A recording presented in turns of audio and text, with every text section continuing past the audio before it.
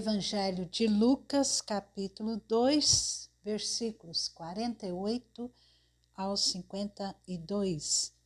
Logo que seus pais ouviram, ficaram maravilhados. E sua mãe lhe disse: Filho, por que fizeste assim conosco? Teu pai e eu, aflitos, estamos à tua procura. Ele lhes respondeu: Por que me procuráveis? Não sabíeis que me cumpria estar na casa de meu pai? Não compreenderam, porém, as palavras que lhes dissera. E desceu com eles para Nazaré, e era-lhes submisso.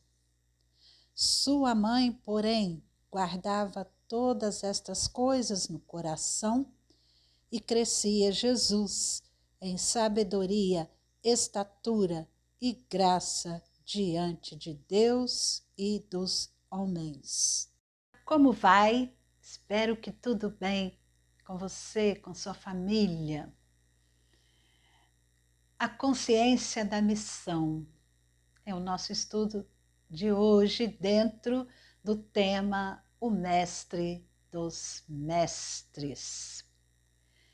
Sabemos que Jesus Cristo tem a natureza perfeita, tinha a natureza perfeita como ser humano. Ele crescia em sabedoria e graça, tinha um intelecto privilegiado, tomando consciência da sua missão, foi ao templo com seus pais aos 12 anos de idade, que na festa anual da Páscoa ali em Jerusalém. E ele ficou em Jerusalém, seus pais voltaram para casa sem ele, mas os pais não sabiam que ele não estava na caravana dos parentes. E com isso eles ficaram aflitos, preocupados, onde estaria o menino? Então regressaram, depois de um dia inteiro, eles regressaram a Jerusalém e passaram-se 3 dias. E Jesus estava no meio dos doutores da lei, discutindo com eles, conversando com eles, ouvindo e fazendo perguntas. Mas Jesus estava ali, naquele diálogo ali, quando José e Maria o encontram. E Maria faz uma censura suave a Jesus. No versículo 48 diz assim: Logo que seus pais viram o menino, ficaram maravilhados. E sua mãe lhe disse: Filho, por que fizeste assim conosco? Teu pai e eu, aflitos, estamos à tua procura. Filho, que é isso que você fez? 3 dias estamos te procurando. Era normal a preocupação de Maria diante do desaparecimento do seu filho. Qualquer mamãe sabe disso, entende isso, mas sabemos que havia uma diferença entre Maria e as outras mamães, porque Maria sabia quem era Jesus e José também. Eles sabiam, porque o anjo, quando anunciou a Maria que ela daria à luz um filho, e o anjo lhe disse que o filho era de Deus, era santo. E então ela tinha conhecimento de que aquele menino Jesus era filho de Deus. E o anjo claramente falou isso. Por isso quando Jesus lhe responde, Jesus faz também uma censura velada. Jesus responde a Maria, no versículo 49, a Maria e ao seu pai, ele lhes respondeu: por que me procuráveis? Não sabias que me cumpria estar na casa de meu pai? Por que vocês ficaram me procurando? Vocês não sabiam que eu tinha que estar aqui na casa de meu pai? Às vezes as pessoas têm dúvidas se Jesus não quebrou o mandamento de honrar pai e mãe, o quinto mandamento. Jamais, jamais, porque Jesus, ele nunca quebrou qualquer mandamento da lei de Deus. E a resposta de Jesus demonstrou que não havia qualquer transgressão em sua atitude de ficar ali no templo. Não foi apenas uma desculpa de um adolescente, mas foi a mais pura verdade. O seu questionamento de por que me procuráveis estava demonstrando um lembrete aos seus pais terrenos que os seus pais, Maria, José, deveriam se lembrar de quem ele era. E que ele precisava estar envolvido com as coisas do Pai. Isso era uma maneira dele dizer que a obediência primeiro, a maior obediência ele devia a Deus primeiramente, do que aos pais humanos. Deus vem primeiro. E não se quebra mandamento quando se obedece a Deus. Quando vivemos em obediência a Deus, nós não quebramos os mandamentos. E Jesus estava obedecendo ao Pai. Deus vinha em primeiro lugar, a obediência primeiro era Ele, a Deus. Muitos podem perguntar, onde que Jesus ficou durante esses 3 dias? No templo? Na casa de alguém? Não sabemos. Quem eram aqueles doutores da lei que estavam ali conversando com Jesus? Também não sabemos. Poderia ser José de Arimateia? Poderia ser Nicodemos? Gamaliel? Não sabemos. A Bíblia mostra que Jesus, com 12 anos de idade, obedecia a Deus primeiramente. Jesus é supremo, mas é submisso também. O que nos impressiona aqui nas palavras de Jesus naquele momento foi a sua consciência da missão na qual ele estava incumbido. Essas palavras aqui no versículo 49 do capítulo 2 são as primeiras palavras do Messias registradas aqui por Lucas. E ele fala do seu relacionamento com Deus, o Pai. um íntimo relacionamento de uma forma incomum. Jesus fala: cumpria estar na casa de meu Pai. Era uma maneira incomum de falar, se referindo a Deus. E fala também da responsabilidade que ele tinha de estar na casa do Pai. E não é sem motivo que os seus pais ficaram maravilhados, mas não compreenderam o que Jesus lhe disse. E essas duas coisas seriam aquilo que Jesus daria valor, colocaria sempre em primeiro lugar, que era o seu relacionamento com Deus e a consciência, o trabalho, a missão que ele tinha.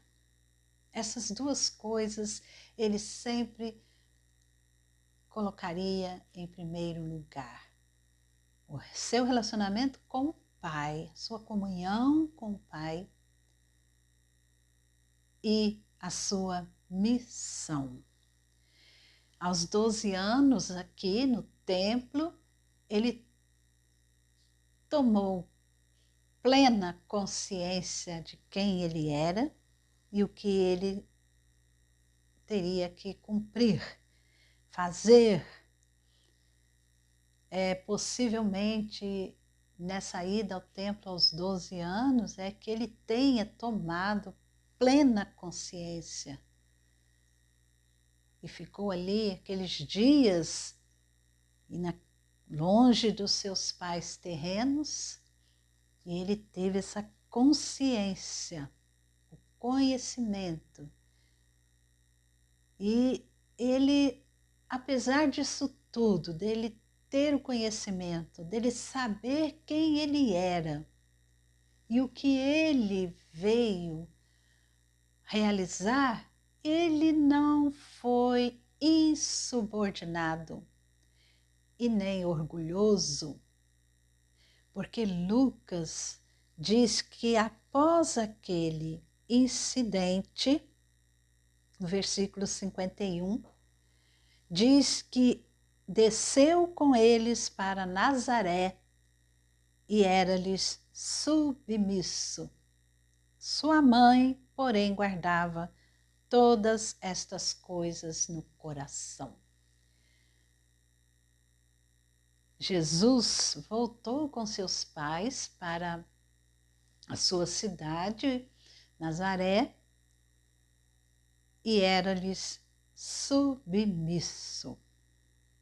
A Maria guardava tudo no seu coração, ela não ficava questionando, nem desabafando com ninguém. Ela guardava em seu coração porque ela sabia. Jesus a fez lembrar quem ele era. Então ela guardava no seu coração.